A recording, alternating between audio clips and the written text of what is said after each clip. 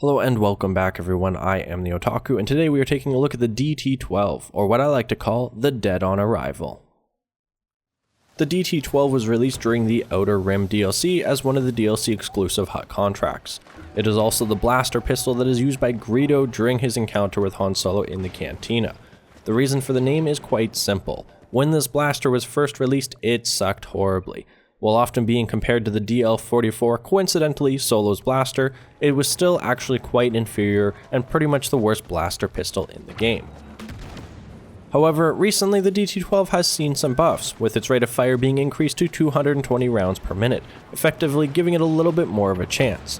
To me, this is quite similar to how in the movies the DT-12 originally didn't even get a chance to fire, and Greedo was shot dead pretty much on arrival. But the scenes were later edited to actually have the DT-12 shoot first, giving Greedo a fighting chance. So both times the blaster was pretty much dead on arrival and had to be reworked. But enough about that. Today we're going to find out if the DT-12 with its recent buffs are actually going to make it worth the credits. Pulling up the charts for the DT-12, we want to first look at the damage chart in the middle. It starts off doing 40 damage and then at 25 meters begins to drop off.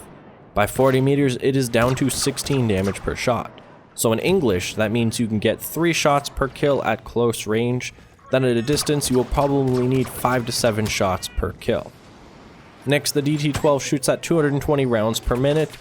While it used to be 180, putting it in line with some of the slowest weapons in the game, this recent buff will make it feel more similar to how the DL-44 used to be before it was nerfed. Which, to be honest, is definitely a lot smoother and has a nicer rhythm than it was before, also increasing its overall time to kill. After that, the DT-12 is capable of firing 13 rounds before overheating, which will allow the DT-12 to kill up to 4 people before needing to chill out.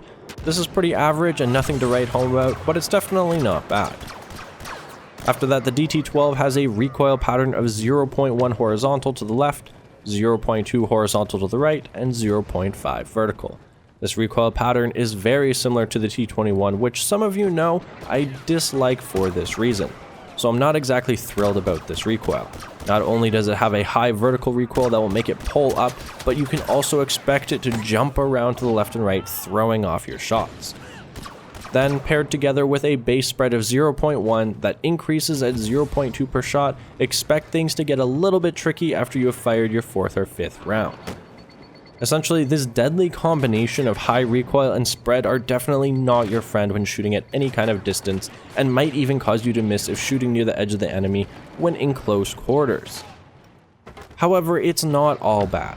Due to the high vertical recoil, you can actually aim slightly above center mass to get solid hits off, but because of the vertical recoil pulling you up, you can hopefully take advantage of this and get you easy headshots, turning this weakness into a little bit more of a strength if used correctly. So now that we know what we're working with, let's talk about strategies and loadout.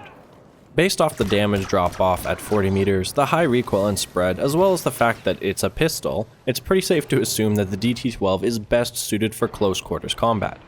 So with that being said, smaller game modes are your time to shine, as well as possibly using it with a sneaky close quarters loadout when trying to cap objectives, say on Walker Assault. Or rather, I would like to say that, but in reality, I don't recommend using this blaster at all. Unless you're a masochist, then go ahead and let the rage consume you.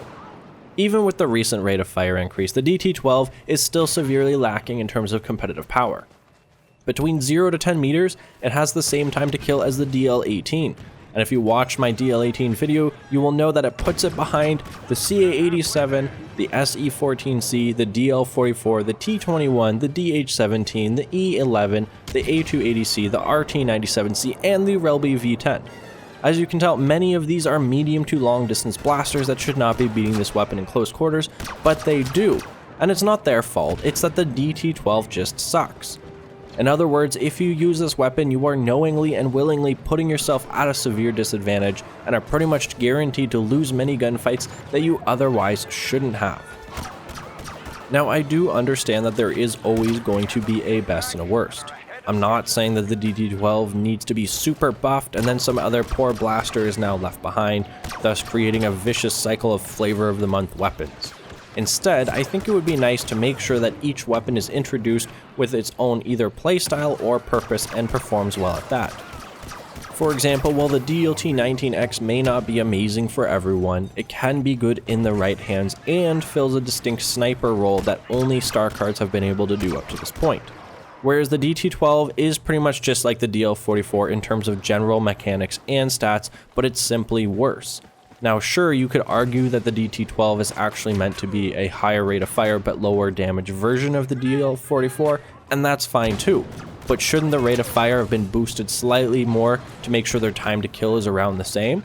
Then that way it's just a matter of preference or playstyle. You won't suffer or benefit because you happen to like one more than the other. Anyway, that's enough about game balance from me. I will save the rest for my next real talk. But for now, the point is, this gun still needs some work to be competitive and get some real representation in the game. So if you still choose to use it, expect a challenge because the lack of ability is going to be made up for by your skills as an infantry player. So with that being said, you're going to want to pick whatever loadout options you are best with. Scout, Bodyguard, and Berserker are all good options as they really help you as an individual player to stay alive or dish out more damage. However, because of the low rate of fire, I probably wouldn't use Explosive Shot and would instead take Scan, Pulse, or Personal Shield. That way you can get the jump on opponents or escape when losing gunfights. For your star cards, you obviously need a jetpack, and then take something that is going to offset your biggest weaknesses depending on what the rest of your loadout is. That might be a Cycler Rifle for long range or shooting through shields, or the Back-to-Bomb if you're running the Berserker trait. It's generally just going to be up to you and what you think you can do the best with. Your general strategy is going to be sticking to close quarters and trying to use the most tried and tested infantry logic possible. So moving behind cover, picking the best targets, choosing your battles wisely, hip firing at close range, etc, etc. For a full breakdown of these, be sure to check out my infantry guides as well as my aiming videos linked in the description below. I've talked about them many times before, so there's no reason for me to reiterate those right now. So at this point in time, there isn't really a whole lot else for me to say. I do hope that future implementations of new weapons will be done better to make sure that each of them is actually worth using, even if just situationally or based on your playstyle. Unfortunately for now, the DT-12 just doesn't feel worth the time or credits it took to unlock. Thank you guys for watching. Don't forget to like, subscribe, or even donate to the channel. I will see you guys next time, but until then, as always, may the Otaku be with you.